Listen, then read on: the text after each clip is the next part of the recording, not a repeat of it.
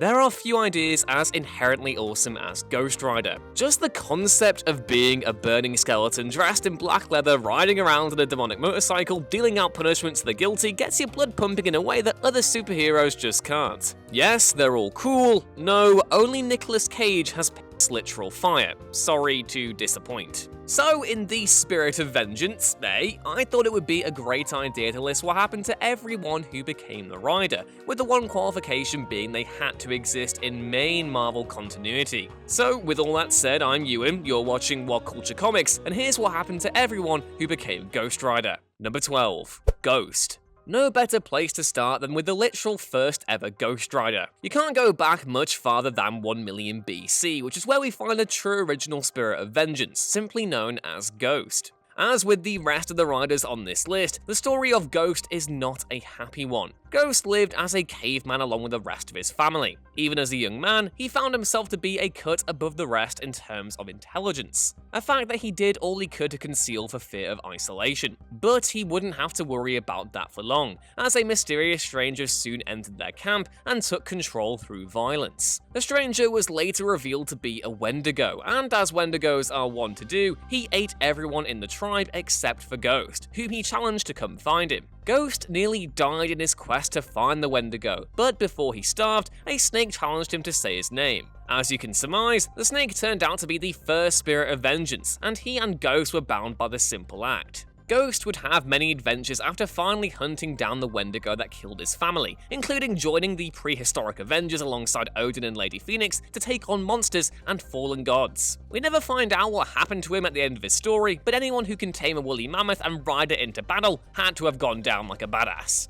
Number 11. Caleb. While technically a side story, Garth Ennis' Ghost Rider Trail of Tears does take place in the 616 universe, so it counts here.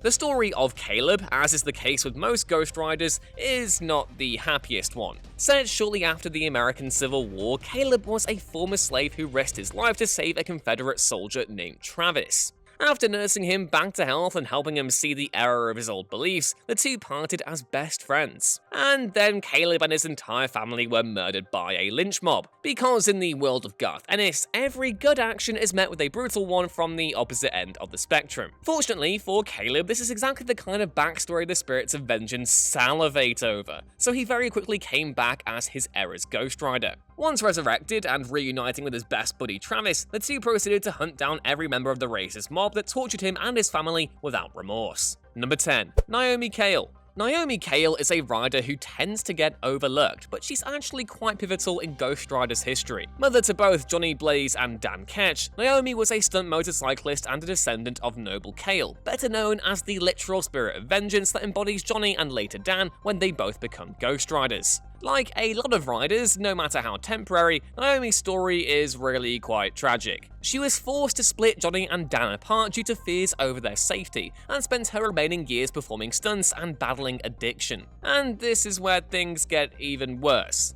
Terminally ill and having failed in trying to reconnect with her children, Naomi is confronted by Mephisto, and while she's able to become Ghost Rider again, she is sadly killed in the process. Number 9. Max Parrish. Max Parrish is another rider who predates Marvel's most iconic incarnation of the character, albeit only through the assistance of retroactive continuity. He actually debuted in the pages of a Fantastic Four prequel comic of all places, starring Susan and Johnny Storm. In this story, Parrish is investigating the death of his brother-in-law Henry, who supposedly died of combustion. While at the funeral, where the eventual Human Torch and Invisible Woman are also in attendance, Max found himself in possession of the Medallion of Power, an artifact that can summon the rider.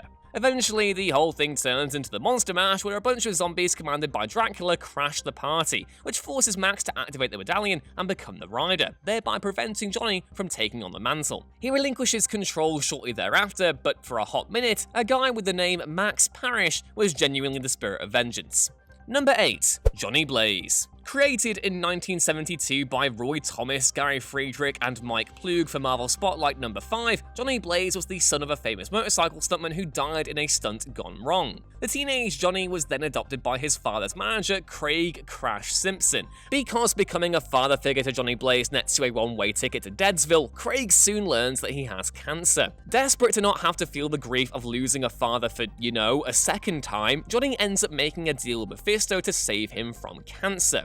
Unfortunately, Craig dies the next day because Mephisto promised to cure his cancer, not to keep him alive afterwards. And just to rub it in on poor Johnny, Mephisto then forcibly turns him into the Spirit of Vengeance, Ghost Rider, as his payment for quote-unquote helping Johnny to begin with. Number 7. Danny Ketch. Johnny Blaze was, for about 20 years, the one and only Ghost Rider of his type. So imagine the shock to readers' systems when, in 1990, Howard Mackie and Javier Salteras introduced a second Ghost Rider in the form of Danny Ketch. Danny, who is later revealed to be Johnny's long-lost brother, became Ghost Rider when he and his sister got caught in the crossfire of a gang war orchestrated by Deathwatch. While running from the gunfire, Danny's sister got hit by a crossbow, sick, and started bleeding out. But when Danny accidentally pressed his hand, covered in the innocent blood of his sister, against an old seemingly abandoned motorcycle, he was transformed into the new Ghost Rider.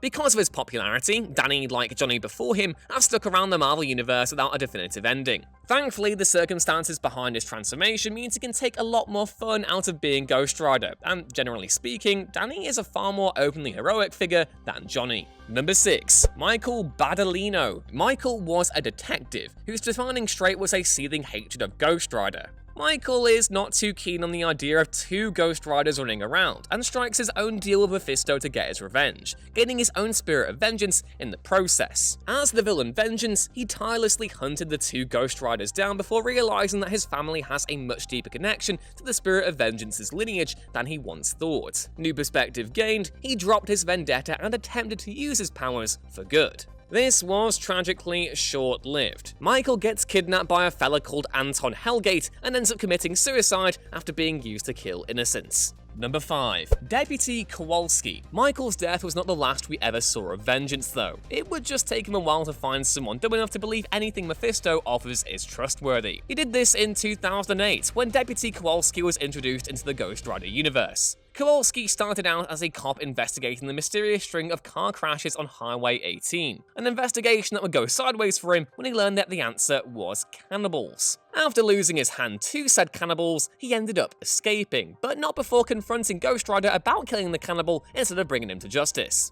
Fast forward a bit to Kowalski getting his hands on a shotgun capable of actually killing Johnny Blaze. Kowalski absorbed much of Johnny's powers and became the newest incarnation of Vengeance. Number 4. Alejandra Jones. The next canon Ghost Rider was a woman named Alejandra Jones. Alejandra got her powers when her adopted father, a man simply known as Adam, tricked Johnny Blaze into giving up his powers as the Ghost Rider. This wasn't hard, as you can imagine, since Johnny wants nothing more than to be rid of the Spirit of Vengeance once and for all. But of course, this was all a sinister plot by Adam, but one part he didn't count on was his adopted daughter to fall on the side of good at the end of it all when she gained the Rider's powers. Number 3. Red Hulk. Yes, you did just hear that correctly. Once upon a time, for just a single glorious issue, Red Hulk absorbed both the Venom symbiote and Alejandra Jones's Ghost Rider powers to become a three-way fusion of the three most powerful and coolest things in the Marvel Universe. This amazing combination comes from the storyline Circle of 4, where X-23, Red Hulk, Alejandra Jones, and Venom all team up to take on a supervillain known as Blackheart. But of course, they realize that separately they stand no chance of taking him on, so there's only one option available to them: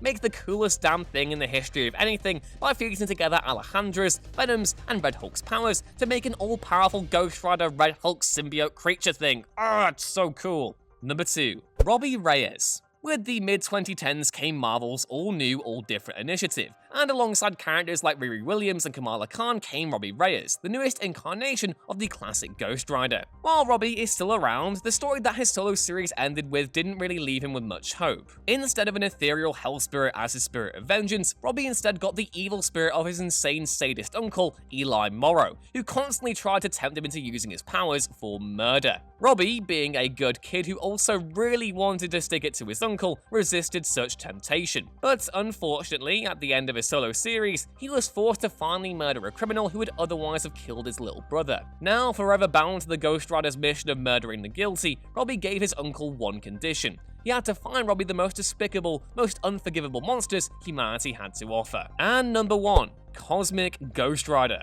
And now we come to the latest spirit of vengeance to ride across the Marvel Universe. Frank Castle, the goddamn Cosmic Ghost Rider. You're probably wondering how this works. Since last you checked, Frank Castle was very much alive and decidedly not a flaming skull man. Well, this is where that wonderfully confusing concept of multiple universes comes into play, because this is a very different version of Frank Castle, who lost not only his entire family, but was killed along with the entire human race in his universe by Thanos. Oh, and before you say we can't talk about him because he came from an alt universe, he's in the main Marvel timeline now, baby. Being, well, Frank Castle, he was sent straight to hell, where he made a pact with Mephisto to return to the world above as a new Ghost Rider. But since time works differently in hell than on Earth, Castioli returns to Earth long after Thanos had moved on. Cut to several hundred years later, and we have a very different Frank Castle as a result of his isolation in space. Namely, he's completely insane and loves to crack wires like a flaming skull version of Deadpool. While at first a side character in Thanos' comic series, this version of Ghost Rider became so popular that he even got his own comic that only made him even more popular among readers. He even briefly joined the Guardians of the Galaxy.